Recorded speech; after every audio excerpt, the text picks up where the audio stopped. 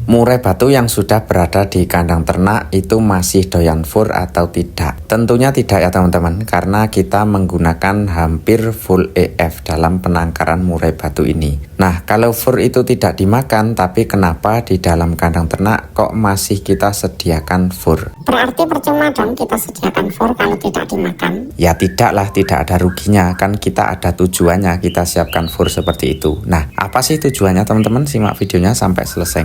Halo teman-teman, assalamualaikum warahmatullahi wabarakatuh. Kita bertemu lagi di seputar peternakan murai batu si CDW Pit Farm.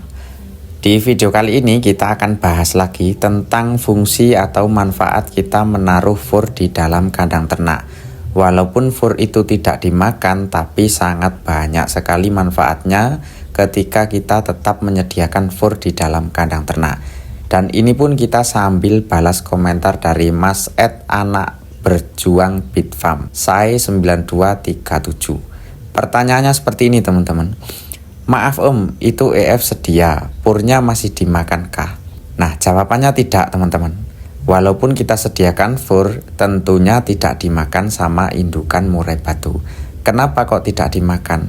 Karena setiap hari, hampir setiap hari kita itu memberikan full EF. Yang penting kita tahu di masa-masanya. Waktu pemberian EF banyak atau tidaknya kita tahu di masa-masanya. Nah, kenapa kok masih diberikan fur sedangkan furnya tidak dimakan? Berarti kita percuma dong memberikan furnya. Ya jelas tidak lah. Kita itu dalam memberikan fur di dalam kandang ternak, dalam tangkaran murai batu, itu untuk sebagai pengingat saja. Jadi murai batu ini ketika kita siapkan fur yang biasa dia makan, kita siapkan di kandang ternak, walaupun setiap hari tidak dimakan sampai nanti akhirnya juga dibuang, itu nggak masalah teman-teman. Tujuan kita adalah untuk mengingatkan dia kepada fur, supaya dia itu selalu ingat kepada fur yang pernah dia makan. Kenapa kok harus diingatkan? Karena gini teman-teman, murai batu yang kita ternak ketika setiap hari kita kasih EF, tentunya nanti akan ada kejadian murai batu yang berlemak. Ada juga nanti pas waktu fase-fase mengeram. Jadi disitulah fur itu sangat berguna sekali. Kalau misalkan murai batu dalam kandang ternak tidak kita kasih fur, nanti dia tidak akan ingat sama yang namanya fur. Dan ketika ada murai batu yang berlemak, kita nanti akan kesusahan untuk menurunkan atau menghilangkan lemak tersebut ketika murai batu tidak doyan sama fur. Jadi sangat wajib sekali murai batu ataupun jenis burung lainnya. Sebetulnya yang ditanyakan Mas Anak Berjuang ini di video saya yang membahas tentang teledean itu teman-teman, tentang ternak teledean. Jadi segala jenis burung yang kita ternakkan itu menurutku wajib sekali doyan sama fur dulu. Jadi sebelum kita ternak harus kita latih dia itu makan fur terlebih dahulu. Entah dari ternakan, kalau dari ternakan sih enak, entah itu dari muda hutan, itu pun harus kita ajari dia makan fur. Supaya nanti pas ada kasus berlemak, misalkan ada kasus berlemak, kita itu tidak kesusahan untuk menurunkan lemaknya atau menghilangkan lemaknya dengan cara dikasih fur.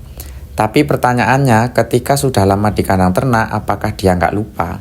Tentunya tidak, kan setiap hari kita kasih fur di dalam kandang ternak. Nah, itulah manfaatnya kita mengasih fur di dalam kandang ternak walaupun furnya itu tidak dimakan. Itu cukup sebagai pengingat saja. Fur sih berapa sih harganya teman-teman, nggak sampai 10.000, apalagi setiap hari aku cuma pakai fur yang biasa, kadang juga fur ayam, dan kebetulan di kandangku semua murai batu indukan nih doyan sama fur ayam. Itu cuma sebagai pengingat saja supaya murai batu itu tidak lupa sama fur tadi. Ketika nanti ada masalah berlemak, kita itu mudah, misalkan EF kita kurangi, kita ganti dengan fur. Dia cuma makan fur, itu akan mempercepat proses lemaknya.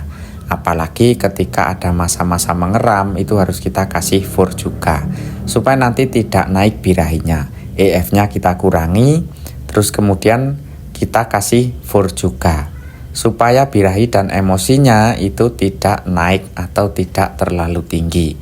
Apalagi untuk murai jantannya, kalau misalkan harian dia gacor, biasanya kan ada Pas waktu murai betina mengeram, itu si jantan kemudian naik emosinya karena dia selalu menguasai kandang ternak. Lingkungan dia kuasai, akhirnya dia itu gacor. Nah, untuk menurunkan gacornya tadi atau untuk menurunkan birahinya ya dengan pemberian fur itu tadi. Maka dari itu di kandang ternak kita berternak burung jenis apapun itu harus kita siapkan fur. Walaupun fur itu tidak dimakan, itu tidak ada yang percuma teman-teman. Tidak ada hal-hal yang sia-sia. Semua itu berguna. Tapi kita harus teliti sebelum masuk kandang ternak dia harus doyan sama fur.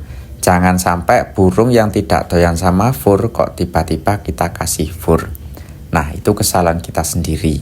Maka dari itu sebelum masuk kandang ternak harus kita proses pengepuran terlebih dahulu.